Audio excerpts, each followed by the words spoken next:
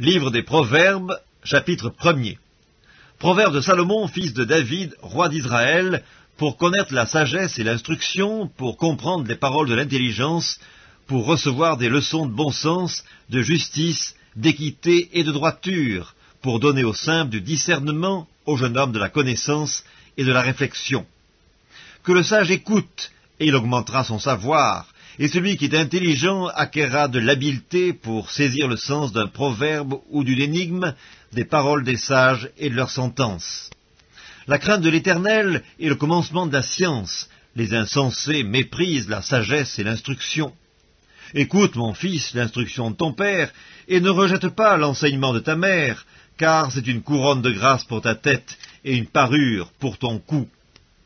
Mon fils, si des pécheurs veulent te séduire, ne te laisse pas gagner.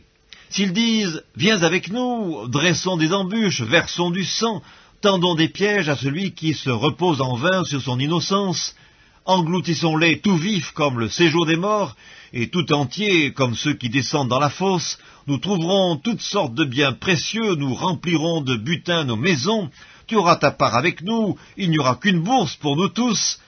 Mon fils, ne te mets pas en chemin avec eux, détourne ton pied de leur sentier, car leurs pieds courent au mal.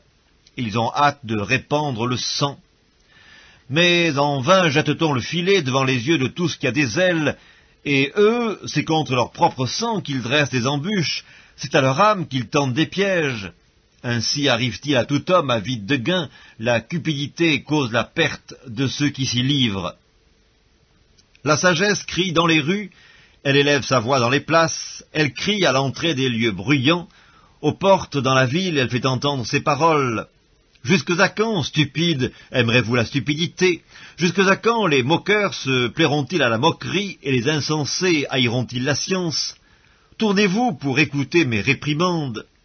Voici, je répandrai sur vous mon esprit, et je vous ferai connaître mes paroles.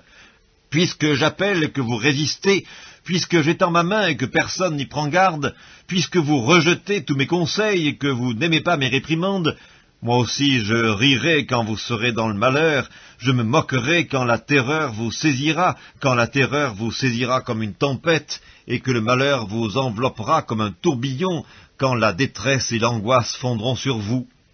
Alors ils m'appelleront et je ne répondrai pas, ils me chercheront et ils ne me trouveront pas, parce qu'ils ont haï la science et qu'ils n'ont pas choisi la crainte de l'Éternel, parce qu'ils n'ont point aimé mes conseils et qu'ils ont dédaigné toutes mes réprimandes, ils se nourriront du fruit de leur voix et ils se rassasieront de leurs propres conseils, car la résistance des stupides les tue et la sécurité des insensés les perd.